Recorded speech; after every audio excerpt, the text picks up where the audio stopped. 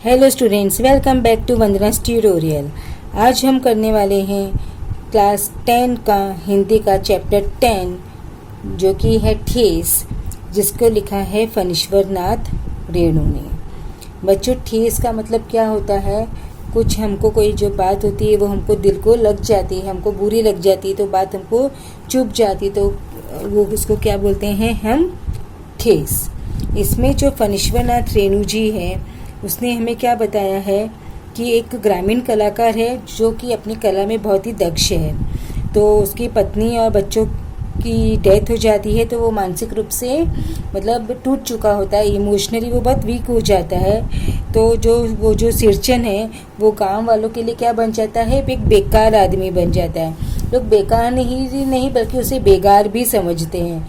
बेगार क्या होता है बच्चों? वो होता है कि जो किसी भी काम का नहीं हो, जो सिर्फ काम के लिए ज़बरदस्ती जिससे काम करवाया जाता है और उसको बिना पैसे दिए जाता है, मतलब उसे कोई पैसे नहीं दिया जाता है, बिना मजदूरी के दिए कुछ जो हम उनसे काम करवाते हैं उसको बोलते हैं बेगार। लेकिन जो उसकी कला है आज भी वो इतनी अच्छी है कि लोगों को बहुत पसंद आती है। सिरचन जो है वो अपने पेट भरने के लिए काम तो कर सकता है, लेकिन वो ऐसा इंसान है अगर कोई उसके स्वाभिमान को ठेस पहुंचाता है तो वो उससे समझौता नहीं करता। वो अपनी आज़ादी को गिरवी नहीं रख सकता, मतलब वो अपनी फ्रीडम को गिरवी किसी के पास में नहीं रख सकता। वो अपने मन मुताबिक काम करता है, वो अपने ही उसूलों पर जीने वाला है। लेकिन कोई अगर उसे प्रेम करे, उससे कोई स्नेह से बात करे, तो वो उस पर अपना सब कुछ लौटाने को भी रेडी रहता है। लेखक के जो है यहाँ पर उसकी चाची होती है एक, उससे वो अपनी वो चाची उसकी इंसल्ट कर देती है, तो वो उसका जो काम करता रहता है वो बीच में अधूरा छोड़ देता है। परंतु जो उसकी बेटी होती है, जो लड़की होती है मानू, उसको वो अपनी कमाई से उसको जो शीतल पाटी चिक और बनाकर उसको गिफ्ट करता है। तो बच्चों, ये चैप्टर अभी हम करेंगे लाइन बाय लाइन एक्सप्लेनेशन उसका समझेंगे। तो इस लाइन बाय लाइन एक्सप्लेनेशन समझने से पहले मेरी आपसे एक छोटी सी रिक्वेस्ट है, अगर आप मेरे चैनल पर पहली बार आए हैं तो इसे सब्सक्राइब जरूर से कीजिएगा, और अगर आपको मेरे वीडियोस पसंद आते हैं तो इसे ज़्यादा से ज़्यादा अपने दोस्तों के साथ शेयर भी ज़रूर से करना। तो जो ये फणीश्वर नाथ रेणु हैं, उनका जन्म हुआ था 1921 पूर्णिया बिहार में, और उनकी मृत्यु हुई थी 1977 में। तो उनका परिचय है, हिंदी कथाधारा का रुख बदलने वाले फणीश्वर नाथ रेणु जी को आज़ादी के बाद प्रेमचंद की संज्ञा दी जाती है। आपकी कहानियों और उपन्यासों में आंचलिक जीवन की धुन, गंध, लयता, सुर सुंदरता, कुरूपता स्पष्ट रूप से दिखाई पड़ती है। आपकी भाषा शैली में एक जादुई असर मिलता है, और उनकी जो प्रमुख कृतियां हैं मेला आंचल, परती परिकथा, जुलूस जो कि एक उपन्यास है, एक आदमी, रात्रि की महक, ठुमरी, अच्छे आदमी, ऋण, जल धन जल, नेपाली क्रांति कथा आदि। तो ये जो प्रस्तुत गद्य संबंधी वैसे तो मैंने आपको बता चुकी हूँ, बट उसमें क्या बताया है? प्रस्तुत आंचलिक कहानी बिहार के ग्रामीण जीवन पर आधारित है।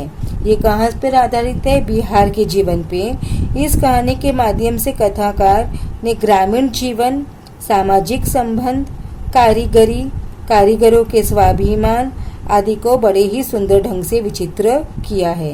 यानी कि ये कहानी के थ्रू, ये जो स्टोरी के थ्रू जो लेखक है वो ग्रामीण जीवन यानी कि जो विलेज की जो लाइफस्टाइल होती है, वो वहाँ के जो सोशल रिलेशनशिप होते हैं, वो वहाँ के जो कारीगर होते हैं, वो आर्टिस्ट जो हम बोल सकते हैं, और उनके जो स्वाभिमान होता है, उन सबको इस पाठ में लेखक ने बहुत ही अच्छी तरह से क्या किया है? वर्णन किया है। खेती बाड़ी के समय गांव के किसान सिरचन की गिनती नहीं करते। लोग उसको बेकार ही नहीं बेगार समझते हैं। जब खेती बाड़ी का टाइम होता है तो गांव के जो किसान हैं वो सिरचन को काउंट नहीं करते कि वो उनके खेत में आकर काम कर सके, क्योंकि लोग उसको क्या समझते हैं? बेकार। और बेकार के साथ साथ में उसको क्या समझते हैं? बेगार। बेगार वो होता है बच्चों, जो मैंने बताया था आपको, बिना मजदूरी दिए ज़बरदस्ती उनसे काम लिया जाता है। तो बेकार के साथ साथ उसे बेगार भी समझते हैं। इसलिए खेत खलियान की मजदूरी के लिए कोई नहीं बुलाने जाता है। तो खेत खलियान में जो मजदूर होते हैं, जब किसानों को खेतों में काम करने के लिए मजदूरों की ज़रूरत पड़ती है तो उसे कोई नहीं बुलाता। क्या होगा उसको बुलाकर? दूसरे मजदूर खेत पहुंचकर 1/3 काम कर चुकेंगे, तब कहीं सिरचंद राय हाथ में खुरपी डुलाता हुआ दिखाई पड़ेगा। तो जो लेखक कहते हैं कि जब दूसरे मजदूर है वो वहाँ का खेत में 1/3 काम कर चुके होंगे, यानी 1/3 काम हो चुका होगा, तब ये जो सिरचंद राय है अपने हाथ में जो खुरपी जो घास काटने के जो काम में आती है वो हाथ में लेता हुआ दिखाई पड़ेगा। पगडंडी पर तौल कर पाँव रखता हुआ। जो पगडंडी होती है वो एक छोटी सी कच्ची सड़क होती है, उस पे वो पाँव एकदम नाप यानी वो बहुत संभल कर चलता हुआ धीरे धीरे। मुफ्त में मजदूरी देनी हो तो और बात है, अगर उसे मुफ्त में मजदूरी देनी है तो एक और ही अलग बात है, आप उसे बुला सकते हो। आज सिरचंद को मुफ्तखोर, कामचोर या चटोर कह ले कोई। आज सिरचंद को लोग क्या कहते हैं? मुफ्तखोर, कामचोर, जो काम से जी चुराता है, जो मुफ्त का मतलब काम करता है। चटोर यानी कि जिसको बहुत अच्छी तरह से खाने का शौक होता है, जिस स्वादिष्ट जो टेस्टी खाने होते हैं उसको। पर एक समय था जब उसके मुरैया के पास बाबू लोगों की सवारियां बंधी रहती थी। पर एक ऐसा समय था जो मड़ैया मतलब क्या होता है बच्चों? मड़ैया मतलब होता है झोपड़ी। वहाँ पर जो बाबू लोग यानी जो बड़े बड़े जो लोग होते हैं वो उनकी जो सवारियाँ मतलब वो आते जाते वहाँ पर रहते थे। उसे लोग पूछते ही नहीं थे, उसकी खुशामद भी करते थे। जो सिरचंद की लोग उसको सिर्फ पूछते नहीं थे, हालचाल ही नहीं पूछते थे, बट उसकी खुशामद भी करते थे, मतलब चापलूसी भी करते थे। अरे सिरचंद भाई, अब तो तुम्हारे ही हाथ में ये कारीगरी रह गई है सारे इलाके में। एक दिन का समय निकाल कर चलो, बड़े भैया की चिट्ठी आई है, शहर से सिरचंद से एक जोड़ा चिक बनाकर भेज दो। तो लोग उसे चापलूसी करते थे क्योंकि उसे उनको अपना काम निकलवाना रहता था। तो बोलते थे कि अब तो ये जो कारीगरी है वो कहाँ, ये जो स्किल है वो कहाँ, सिर्फ तुम्हारे ही हाथ में रह गई है सारे इलाके में। तो एक दिन तुम समय निकालो और मेरे साथ चलो। मेरे बड़े भाई की क्या ये चिट्ठी आई है शहर से, जो उसका मतलब जो भाई है उसका वो कहाँ रहता है? शहर से। तो उसको क्या बोला है कि सिरचंद से एक जोड़ा चिक बनाकर भेज दो। चिक क्या होता है? चिक वो होता है बच्चों जो कपड़ों की बांस की जो चटाई बनाते हैं उसे क्या बोलते हैं? पर्दा बनाते हैं, उसे बोलते हैं चिक। बांस का जो पर्दा होता है, बांस की तालियों जो तीलियाँ होती हैं उसको जोड़ जोड़ कर जो बनाते हैं पर्दा, उसको बोलते हैं चिक, यानी कि बांस का पर्दा। यानी कि हम इसको क्या बोल सकते हैं? जो हैंगिंग स्क्रीन्स और blinds made of split bamboo, तो वो होता है हमारा चिक। मुझे याद है मेरी माँ जब कभी सिरचंद को बुलाने के लिए कहती, मैं पहले ही पूछ लेता भोग क्या क्या लगेगा।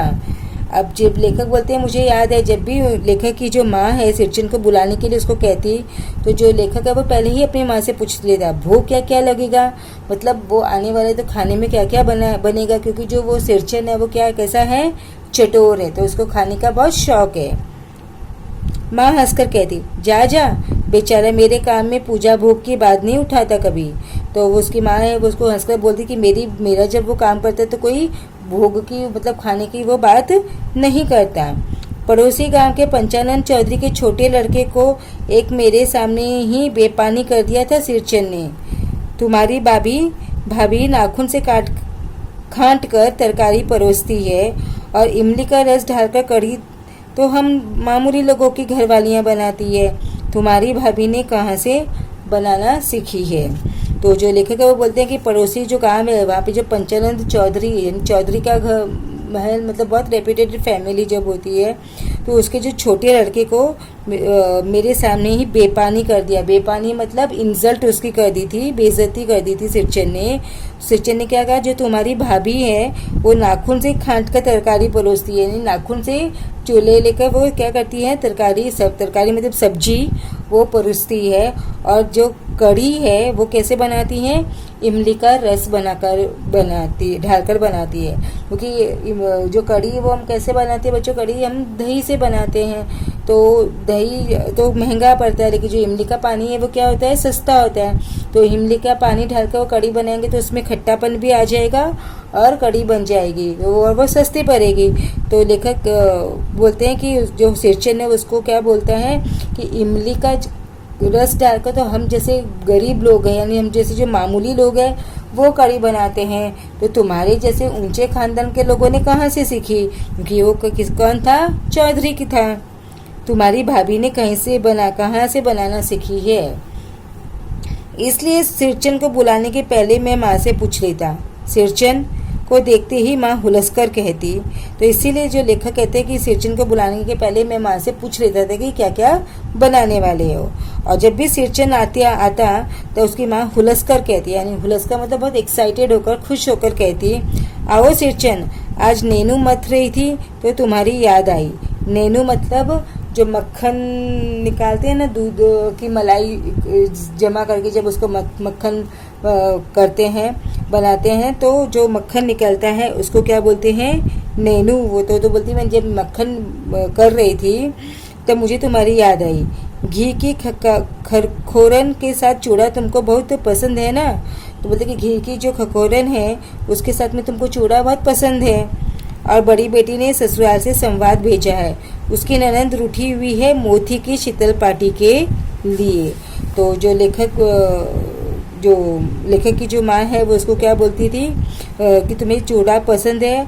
और उनकी जो बड़ी बेटी है उसने वहाँ से क्या संवाद भेजा है। संवाद मतलब क्या होता है, मैसेज भेजा है कि उसकी जो ननंद है, यानी कि जो उसका हस्बैंड की जो सिस्टर है वो रूठ गई है, वो नाराज़ हो गई है। किसके लिए, मोती की शीतल पार्टी के लिए। तो मोती क्या होता है बच्चों, एक प्रकार की घास होती है जिससे क्या बनाते हैं, शीतल पार्टी। शीतल पार्टी क्या होती है, चटाई। शीतल पार्टी क्या होती है बच्चों, चटाई, याद रखना। और चिक मतलब क्या होता है, बांस का पर्दा। ओके, तो उसको क्या चाहिए, एक डिफरेंट जो बांस की जैसे जो घास से आती है उससे क्या बनी हुई शीतल पार्टी, यानी कि चटाई के लिए उसकी जो ननंद है वो रूठी हुई है। सिरचन अपनी पनियाई जीभ को संभाल कर हंसता। पनियाई यानी क्योंकि वो खाने का क्या था, चटोर था, और घी के साथ मक्खन के साथ जो चूड़ा उसे बहुत पसंद था, तो उसका नाम लेते उसके मुंह में क्या आ जाता है, पानी आ जाता है। तो इसलिए वो क्या बोलता है, पनियाई जीभ को संभाल कर हंसता, मतलब मुंह में जब पानी आया था उसको संभाल के वो हंसता था और कहता, घी की सौंधी सुगंध सूंघ कर ही आ रहा हूँ काकी, नहीं तो इस शादी ब्याह के मौसम में दम मारने की भी छुट्टी कहाँ मिलती है। तो बोलता घी की जो खुशबू है उसको ही तो मैं सूंघ कर आ रहा हूँ काकी, नहीं तो ये तो शादी ब्याह का मौसम है, यहाँ पे तो दम मारने के मतलब आराम करने के लिए भी फुर्सत कहाँ है। सिरचन जाति का कारीगर है। वो क्या है, कारीगर है, एक आर्टिस्ट, मतलब जो काम करता है, जो मजदूर होता है, जो बांस के चीज़ें बनाता है, उसको क्या बोलते हैं, कारीगर बोलते हैं। तो मैंने घंटों बैठकर उसके काम करने के ढंग को देखा है। लेखक कहते हैं मैंने बहुत देर तक बैठकर उसके जो काम जैसे करता है उसको देखा है। एक एक मोती और पटेर को हाथ में लेकर बड़े जतन से उसकी कुच्ची बनाता। तो लेखक क्या बोलते हैं, बहुत ही मेहनत करता था, घास को और पटेर को जो हाथ में लेकर बहुत ही संभाल कर उसकी क्या बनाता था, कुच्ची बनाता था। फिर कुच्चियों को रंगने से लेकर सुतली सुलझाने में पूरा दिन समाप्त। फिर उसके जो कुच्चियाँ बनाता था, फिर उससे क्या बनाता था, सुतली बनाता था, और उसको सुतली को क्या करता था, रंगता था, कलर करता था। उसी में उसका जो पूरा दिन है वो समाप्त हो जाता था। काम करते समय उसकी तन्मयता में जरा भी बाधा पड़ी कि गहुवन सांप की तरह फुफकार उठता। तो जो लेखक कहते हैं कि काम करते समय वो एकदम तन्मयता के साथ करता था, मतलब बहुत ही काम में इन्वॉल्व होकर वो काम को करता था। अगर उसके काम के में जो मतलब कंसंट्रेशन के साथ में जो इतना काम करता था, अगर इसमें किसी ने भी बाधा डाल दी, यानी थोड़ा से भी किसी ने इंटरफियर कर दिया, तो वो किसकी तरह फुफकार उठता, गेहूं सांप की तरह, यानी कि जो कि बहुत खतरनाक सांप होता है। तो इसीलिए वो उसको दिया है कि गेहूं सांप की तरह वो फुफकार उठता था, चिल्लाता था। फिर किसी दूसरे से करवा लीजिए काम, सिरचन मुंह चोर है, काम चोर नहीं। तो फिर वो बोलता था कि किसी और से जाके तुम अपना काम करवा लो। सिरचन कैसा है, वो मुंह चोर है, यानी कि बोलता बहुत है लेकिन कामचोर नहीं है। बिना मजदूरी के पेट भर भात पर काम करने वाला कारीगर, वो मजदूरी नहीं लेता था, मजदूरी के नाम पर क्या करता था, सिर्फ पेट भर खाना खाता था, मतलब काम करता था और काम के बदले खाना खाता था। दूध में कोई मिठाई न मिले तो कोई बात नहीं, किंतु बाद में जरा भी झाला वह नहीं बर्दाश्त कर सकता। अगर दूध में साथ में कोई उसको मीठा ना मिले तो उसको चल जाता था, कोई प्रॉब्लम नहीं होती थी। बट अगर किसी ने भी जरा भी झाला बोला, यानी झाला मतलब कोई तीखी बात बोली, कोई ऐसी बात बोली जो उसके दिल को चुभ जाए, तो वो उस बात को बर्दाश्त नहीं कर सकता था। सिरचन को लोग चटोर भी समझते हैं। सिरचन है उसको लोग क्या समझते हैं, चटोर समझते हैं, यानी कि उसको खाने पीने का बहुत ज़्यादा ही शौक है। तली बघारी हुई तरकारी, दही की कड़ी, मलाई वाला दूध, इन सब का प्रबंध पहले कर लो, तब सिरचन को बुलाओ, दुम हिलाता हुआ हाजिर हो जाएगा। तो बोलते कि तली बघारी हुई, यानी कि जो सब्जी को तल के फ्राई करके छौंक की जो सब्जी बनाते हैं वैसी सब्जी, या दही की कढ़ी हो या फिर मलाई वाला दूध हो, ये सब तुमने इंतज़ाम कर लिया है, तब सिरचन को अगर तुम बुलाओगे काम करने के लिए तो वो दौड़ कर आ जाएगा। खाने पीने में चिकनाई की कमी हुई कि काम की सारी चिकनाई खत्म। तो कहते हैं कि खाने पीने में जो चिकनाई की कमी हुई, यानी खाने पीने में कुछ भी कम हुआ तो काम की भी उसकी जो चिकनाई है वो क्या हो जाएगी, कम हो जाएगी, मतलब वो काम है कंप्लीट नहीं करेगा। काम अधूरा रखकर उठ खड़ा होगा। आज तो अब अध कपाली दर्द से माथा टनटना रहा है, थोड़ा सा रह गया है, किसी दिन आकर पूरा कर दूंगा। किसी दिन माने कभी नहीं।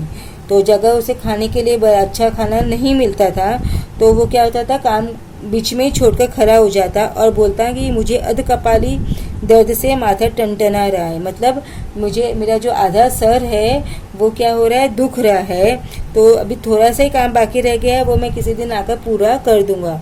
और किसी दिन मतलब वो कभी भी काम उसको आता नहीं था, वो काम उतना अधूरा का अधूरा ही पड़ा रहता। मोथी घास और पटरे की रंगीन शीतल पाटी, बांस की तीलियों की झिलमिलाती चिक, सतरंगे डोर के मोढ़े, भूसी चुन्नी रखने के लिए मूंज की रस्सी के बड़े बड़े जाले, हलवाओं के लिए ताल के सूखे पत्तों की छतरी टोपी तथा इसी तरह के बहुत से काम हैं जिन्हें सिरचन के सिवा काम में और कोई नहीं जानता था। यानी कि जो घास के जो पटरे की शीतल पाटी होती है, चटाइयाँ होती है, बांस की तीलियों को जोड़ जोड़ के जो पर्दे बनाते थे झिलमिलाते, सतरंगी डोर के मुड़े यानी 7 कलर के डोर के जो मोड़े होते हैं जो वो बनाते, जिसके ऊपर बैठने के लिए वो यूज़ होता है, भूसी चुन्नी रखने के लिए मूंज की रस्सी, और जो भूसा रखते हैं उसके लिए मूंज की रस्सी के बड़े बड़े जाले, यानी जो मूंज क्या होती है, एक तरह की जो रस्सी होती है, जब बिल्डिंग में काम चलता रहता है तो आपने देखा होगा जो बाम्बू बांधने के लिए जो रस्सी होती है वो कौन सी रस्सी होती है, मूंज की रस्सी होती है। तो उसके जो जाले बड़े बड़े जाली टाइप बनाते थे और उसमें भूसे रखते थे। हलवाओं के लिए तार के सूखे पत्तों की छतरी टोपी, और जो हलवाओं मतलब जो हलवाई होते थे उनके लिए जो पत्ते होते थे उनकी टोपी, इस तरह के बहुत सारे जो काम होते थे वो गांव में सिर्फ और सिर्फ कौन कर सकता था, सिरचन, और सिरचन के अलावा कोई उसको काम को नहीं जानता था। यह दूसरी बात है कि अब गांव में ऐसे कामों को बेकाम समझते हैं।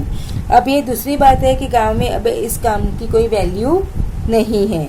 बेकाम का काम जिसकी मजदूरी में अनाज या पैसे देने की कोई ज़रूरत नहीं। तो क्या समझते थे, ये तो बेकाम का काम है, तो इसके बदले कोई अनाज या पैसे देने की ज़रूरत नहीं है। खाना पेट पर खिला दो, काम पूरा होने पर एक आध पुराना धुराना कपड़ा देकर विदा करो, वह कुछ भी नहीं बोलेगा।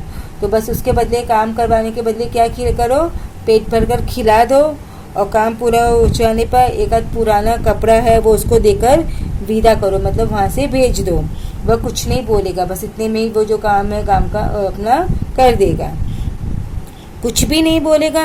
ऐसी बात नहीं, सिरचन को बुलाने वाले जानते हैं सिरचन बात करने में भी कारगर है, तो कुछ नहीं बोलेगा ऐसी बात नहीं है, क्योंकि जो सिरचन को जो बुलाते हैं अपने घर पे काम करने के लिए वो लोग बहुत अच्छी तरह से जानते हैं कि सिरचन सिर्फ काम में ही कारगर नहीं है, होशियार नहीं है, बट बात करने में भी वो बहुत ही होशियार है। महाजन टोले के भज्जू महाजन की बेटी सिरचन की बात सुनकर तिलमिला उठी थी। ठहरो, मैं माँ से जाकर कहती हूँ इतनी बड़ी बात। तो महाजन जो टोले महाजन हैं, जो पैसों के लेन देन का काम करते हैं, उन टोले के भज्जू महाजन को, कौन सा महाजन का नाम, भज्जू महाजन की जो बेटी है, वो जो सिरचन के साथ में क्या हो गई थी, गुस्सा हो गई थी और उसको बोली कि रुको, मैं माँ से जाकर कहती हूँ इतनी बड़ी बात। बड़ी बात ही है बिटिया, बड़े लोगों की बस बात ही बड़ी होती है, नहीं तो 2-3 पटेर की पार्टियों का काम सिर्फ खेसारी का सत्तू खिलाकर कोई करवाएगा भला। तो वो बोलता है कि हाँ हाँ, जो ये बात ही ना बहुत ही बड़ी बात है, क्योंकि बड़े लोगों की जो बात होती है वही बड़ी होती है, नहीं तो 2-3 पटेर की पार्टियों का काम, जो 2-3 पार्टी के का काम उसने करवाया और उसको क्या खिलाया, सिर्फ सत्तू खिलाकर काम करवाया था। यह तुम्हारी माँ ही कर सकती है बबूनी। तो बोलते कि ये कौन कर सकता है, ये सिर्फ तुम्हारी माँ ही ऐसा काम कर सकती है। सिरचन ने मुस्कुराकर जवाब दिया था। इस बार मेरी सबसे छोटी बहन पहली बार ससुराल जा रही थी। तो लेखक कहते हैं कि इस बार जो मेरी सबसे छोटी बहन है वो कहाँ जा रही थी, अपने ससुराल जा रही थी। मानू के दूल्हे ने पहले ही बड़ी भाभी को लिखकर चेतावनी दे दी है। मानी कि जो उनकी छोटी बहन है उसका नाम क्या है, मानू। तो मानू के दूल्हे ने, यानी कि जो मानू का जो हस्बैंड है, उसने भाभी को पहले से ही चिट्ठी लिखकर चेतावनी दे दी है, यानी वार्निंग दे दी है। मानू के साथ मिठाई की पतीली न आए, कोई बात नहीं। 3 जोड़ी फैशनेबल चिक और पटेर की 2 शीतल पार्टियों के बिना आएगी मानू तो। भाभी ने हंसकर कहा, बैरंग वापस।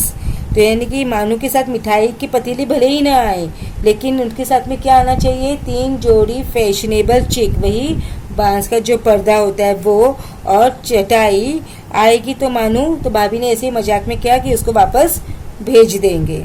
इसलिए 1 सप्ताह पहले से ही सिरचन को बुलाकर काम पर तैनात करवा दिया था माँ ने। इसलिए 1 वीक पहले ही सिरचन को बुलाकर माँ ने सिरचन से काम करवाना शुरू कर दिया था। देखो सिरचन, इस बार नई धोती दूंगी, असली मोहर छाप वाली धोती। तो वो उसको क्या बोलती है, देख सिरचन, इस बार मैं तुम्हें पुरानी धोती नहीं, बट कौन सी धोती दूंगी, नई धोती दूंगी। और कौन सी ब्रांड की, असली मोहर छाप वाली धोती। मन लगाकर ऐसा काम करो कि देखने वाले देखते ही रह जाए। काम बहुत अच्छी तरह से करना, तो यानी कि जो देखने वाले हैं वो देखते रह जाए कि वह क्या काम किया है। पान जैसी पतली छुरी से बांस की तीलियां और कमानियों को चिकनाता हुआ सिरचन अपने काम में लग गया। तो पान जो पत्ते होते हैं उसकी जो छुरी से बांस की तीलियां और कमानियां जो किल्ली होती है उसको चिकनाता हुआ सिरचन अपने काम में लग गया, यानी कि जो बनाने का उनका जिसका इंस्ट्रूमेंट है कमानी। रंगीन सुतलियों में झब्बे ढालकर वो चिक बुनने बैठा।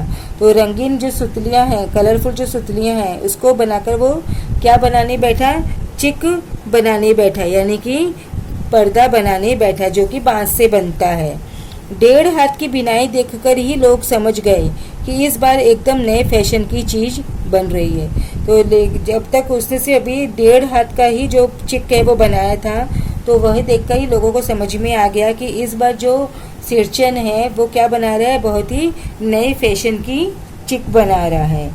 मंजली भाभी से नहीं रहा गया।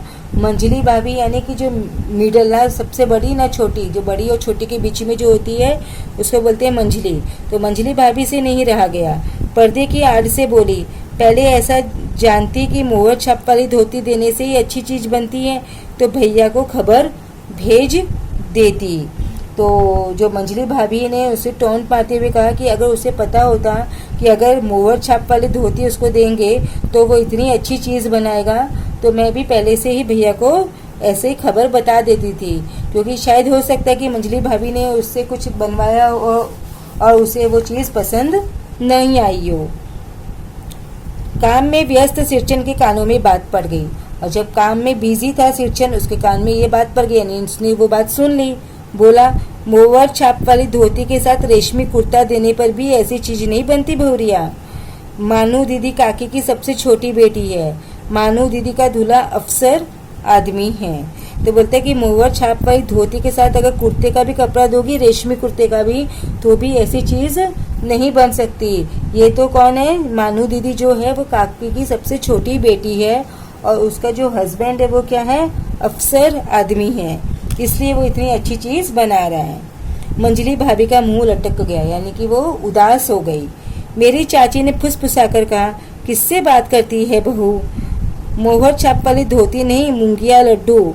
बेटी की विदाई के समय रोज मिठाई जो खाने को मिलेगी, देखती है ना। तो जब मंजली भाभी का मुंह वो उदास हो गई थी तो चाची ने उसको बोलती है, तो ये किस इंसान से बात कर रही है? ये मोहर छाप वाली धोती नहीं कि कल ये काम नहीं कर रहा है, ये मूंगिया लड्डू के लिए, मूंग के जो लड्डू बनेंगे उसके लिए वो काम कर रहा है। जब बेटी की विदाई होगी तो उसे रोज लड्डू खाने मिलेंगे, इसलिए वो इतना अच्छा बना रहे। तो देख रही है ना। दूसरे दिन चिक की पहली पांति में 7 तारे जगमगा उठे।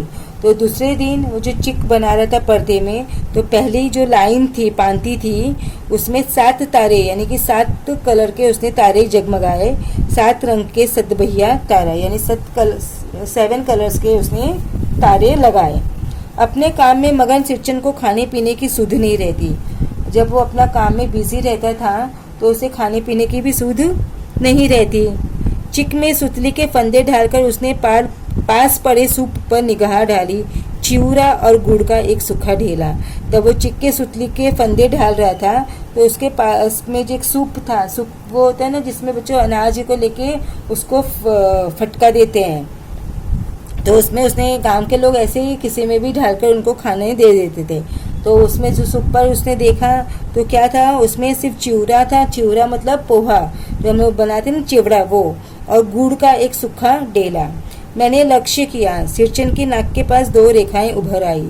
तो जो लेखक कहते हैं कि मैंने ध्यान दिया, जो सिरचन के नाक के पास 2 मतलब रेखाएं उभर आई, मतलब उसको गुस्सा आ गया। मैं दौड़कर माँ के पास गया। माँ, आज सिरचन को कलेवा किसने दिया है? सिर्फ चिवड़ा और गुड़। तो लेखक अब अपनी माँ के पास जाकर बोलता है कि आज लेखक को कलेवा मतलब नाश्ता, कलेवा किसने दिया है, नाश्ता किसने दिया है? सिर्फ चिवड़ा और गुड़ दिया है, सिर्फ पोहा और गुड़ दिया है। माँ रसोई घर के अंदर पकवान आदि बनाने में व्यस्त थी। बोली, अरे मंजली, सिरचन को बूंदिया क्यों नहीं देती?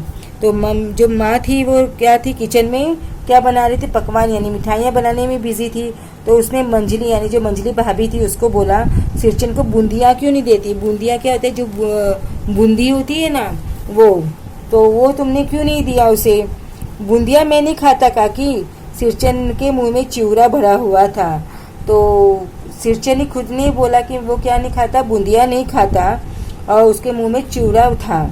गुड़ का ढेला सूप के किनारे पर पड़ा रहा अछूता, और गुड़ का जो ढेला था, गुड़ की जो डली उसने दी थी वो तो साइड में पड़ी थी, उसने उसे टच भी नहीं किया था। माँ की बोली सुनते ही मंजली भाभी की भौहें तन गई। अब जब माँ ने बोला कि उसे तुमने बूंदिया क्यों नहीं दिया, तो जो मंजली भाभी थी उसको गुस्सा आ गया और मुट्ठी भर बूंदिया सूप में फेंक कर चली गई। तो मुट्ठी भर जो बूंदी थी वो उसके सूप में ढालकर वो चली गई। सिरचन ने पानी पीकर कहा, मंजली बहुरानी, अपने मैके से आई हुई मिठाई भी इसी तरह हाथ खोलकर बांटती हैं क्या? तो वो बोलती है कि अगर जो मंजली भाभी थी तो उसको बोलती है, अरे मंजली बहुरानी, तुम्हारी मैके से यानी कि तुम्हारी मम्मी के यहाँ से भी जो मिठाई आती है वो भी तुम क्या इसी तरह फेंक कर देती हो? बस मंजली भाभी अपने कमरे में बैठकर रोने लगी। उसका सिरचन ने इतना कहा और जो मंजली भाभी थी वो अपने कमरे में रोने लगी। चाची ने माँ के पास जाकर कहा, मुंह लगाने से सर पर चढ़ेगा ही, किसी के नेहर ससुराल की बात क्यों करेगा वह? तो उसने क्या बोला कि चाची जो थी वो माँ के पास जाकर उसको क्या बोलती है कि तुमने इसे इतना मुंह चढ़ा के रखा है ना, इसलिए वो बोल रहा है, नहीं तो नेहर ससुराल यानी कि मायके और ससुराल की बातें वो करने वाला कौन होता है और वो क्यों करेगा? मंजली भाभी माँ की दुलारी बहू है, और जो मंजली भाभी थी वो माँ की सबसे प्यारी बहू थी। माँ तमक कर बाहर आई, माँ गुस्से से बाहर आई। सिरचन, तुम काम करने आए हो, अपना काम करो, बहुओं से बात कुट्टी करने की क्या जरूरत? जिस चीज़ की जरूरत हो मुझसे कहो। तो माँ गुस्से में आकर उसको सिरचन को बोलती है, तुम यहाँ पर क्या करने आए हो? काम करने आए हो, तो काम करने आए तो सिर्फ काम करो, बहुओं के साथ बात कुट्टी मत करो। बात कुट्टी मतलब बहस मत करो। बहस करने की तुम्हें कोई ज़रूरत नहीं है। अगर तुम्हें जो भी चीज़ चाहिए तुम मुझसे कहो। सिरचन का मुंह लाल हो गया। अब सिरचन को गुस्सा आ गया। उसने कोई जवाब नहीं दिया। बांस में टंगे हुए अधूरे चिक में फंदे डालने लगा। तो वो बांस में जो टंगे हुए जो अधूरे फंदे थे वो उसको बनाने लगा। मानू पान सजाकर बाहर बैठक खाने में भेज रही थी। जो मानू थी, जो उनकी सबसे छोटी बेटी थी, जिसके जो ससुराल जाने वाली थी, और उसी के लिए ये चिक्का शीतल पार्टी बनाए जा रहे थे। तो वो क्या पान सजाकर बाहर बैठक खाने में भेज रही थी। चुपके से पान का एक बीड़ा सिरचन को देती हुई इधर उधर देखकर बोली, सिरचन दादा, काम काज का घर, 5 तरह के लोग 5 किस्म की बातें करेंगे, तुम किसी की बात पर कान मत दो। तो जो मानू थी वो सिरचन को क्या देकर आई, एक पान देकर आई और बोली कि जो यहाँ पे 5 तरह के लोग हैं तो वो 5 तरह की बातें करेंगे, तो तुम किसी की भी बात पर ध्यान मत दो। सिरचन ने मुस्कुराकर पान का बीड़ा मुंह में ले लिया और वो पान खाने लगा। चाची अपने कमरे से निकल रही थी। सिरचन को पान खाते देखकर अवाक हो गई, और जब चाची अपने कमरे से निकली और देखा कि सिरचन पान खा रहा है तो वो बहुत शॉक्ड हो गई, अवाक हो गई, यानी आश्चर्यचकित हो गई। सिरचन ने चाची को अपनी और अचरज से घूरते देखकर कहा, छोटी चाची, जरा अपने डिबिया का गम कोवा जर्दा खिलाना, बहुत दिन हुए। तो जब सिरचन ने देखा कि चाची उसकी तरफ घूर घूर कर देख रही है तो वो उसको क्या बोलता है, गम कोवा जर्दा, जर्दा मतलब तंबाकू, और गम कोवा यानी जो तंबाकू कच्चा खाते हैं, पक्का तंबाकू खाते हैं। तो गम कोवा जर्दा यानी जो पक्का के जो तंबाकू खाते हैं वो वाला, तो वो जरा देना, तो बहुत दिन हुए, मतलब वो बोल ही रहा था। चाची कई कारणों से जली भुनी रहती थी सिरचन से, और चाची जो थी वो पहले से ही सिरचन से बहुत सारे ऐसे कारण थे कि उससे वो हमेशा जली भुनी रहती थी, गुस्सा रहती थी। गुस्सा उतारने का ऐसा मौका फिर मिल नहीं सकता था। अब इस तरह का मौका उसे वापस नहीं मिलेगा गुस्सा उतारने के लिए। झनकते हुए बोली, एकदम गुस्से से बोली, तुम्हारी बड़ी जीभ में आग लगे, घर में भी पान और गमखोआ जर्दा खाते हो, चटोर कहीं के। मेरा कलेजा धड़क उठा, हो गया सत्यानाश। तो चाची ने गुस्से से उसको बोला, तुम्हारी बड़ी हुई जीभ में आग लगे, तुम्हें तेरी मुंह में आग लगे, तुम क्या घर पे भी ऐसे ही तंबाकू और पान खाते हो? तो जो लेखक का था वो कलेजा धक गया। अब उसको पता चल गया कि अभी क्या है, जो सिरचन है वो बहुत गुस्सा हो गया है, तो काम का क्या हो गया, सत्यानाश। अब वो काम है वो पूरा नहीं करेगा। बस सिरचन की उंगलियों में सुतली के फंदे पड़ गए।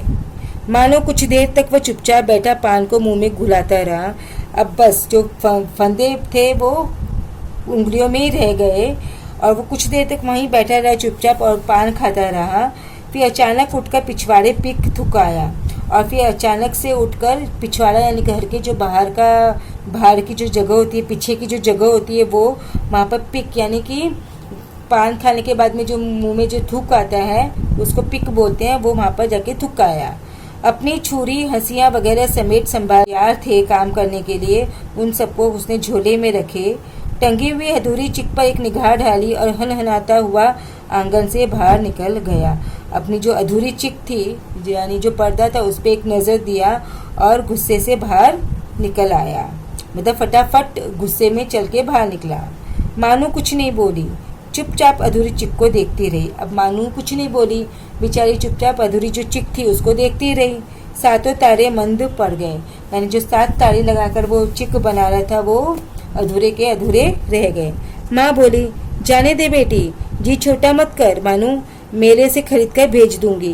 तो बोलती कि तुम नाराज मत हो, तुम गुस्सा अपने को दुखी मत करो, जो मैं तुमको जो चिक है वो मेले से खरीद कर दे दूंगी। मैं सिरचन को मनाने गया। अब लेखक बोलते कि मैं सिरचन को मनाने के लिए गया, देखा एक फटी हुई शीतल पाटी पर लेटकर वह कुछ सोच रहा है। तो लेखक ने देखा कि एक जो शीतल पाटी है यानी एक चटाई है वो फटी हुई, उसके ऊपर देखकर वो कुछ सोच रहा है। मुझे देखते ही बोला, बबुआ जी अब नहीं, कान पकड़ता हूँ, अब नहीं। जैसे उसने लेखक को देखा तो बोला कि बबुआ जी मैं कान पकड़ के माफ़ी मांगता हूँ, अब मैं नहीं काम कर सकता। मुहर छाप वाली धोती लेकर क्या करूँगा, कौन पहनेगा? लेकिन तुम मुझे जो मुहर छाप वाली धोती देने वाले हो उसका लेकर भी मैं क्या करने वाला हूँ, कौन पहनने वाला है इसे?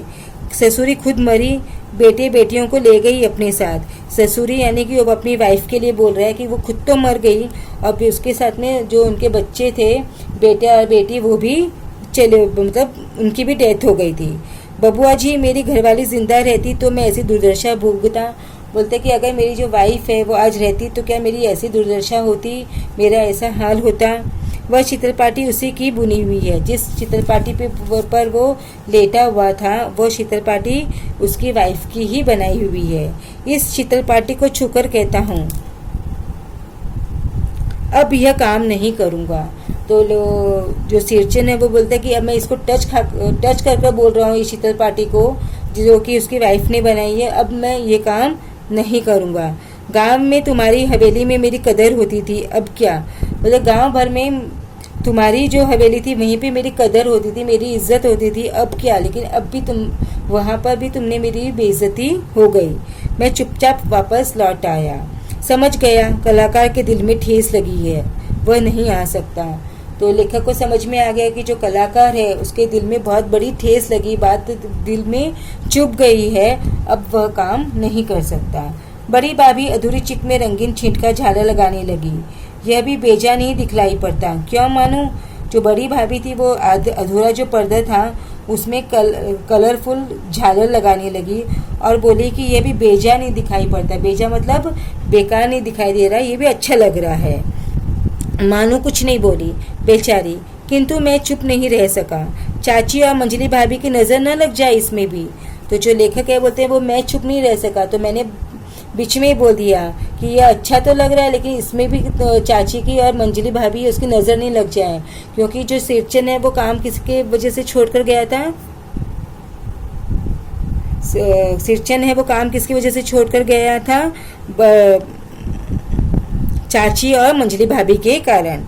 मानू को ससुराल पहुंचाने में ही जा रहा था। अब जो लेखक बोलते हैं कि मानू को ससुराल तो मैं ही पहुंचाने जा रहा था।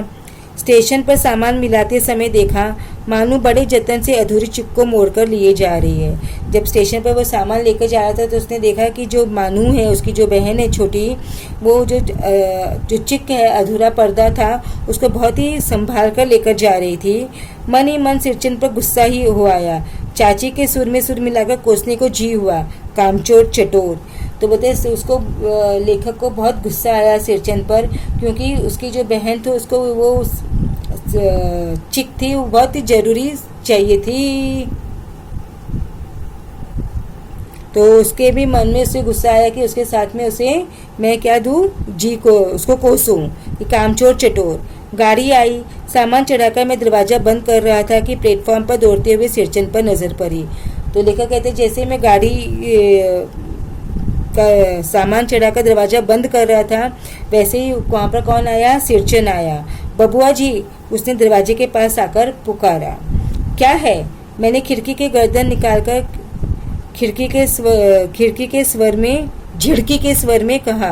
तो बोलते क्या है? मैंने वो गर्दन निकाला और झिड़की मतलब झिड़कना होता है, ऐसे गुस्से में उसने बोला। सिरचन ने पीठ पर लदे हुए बोझ को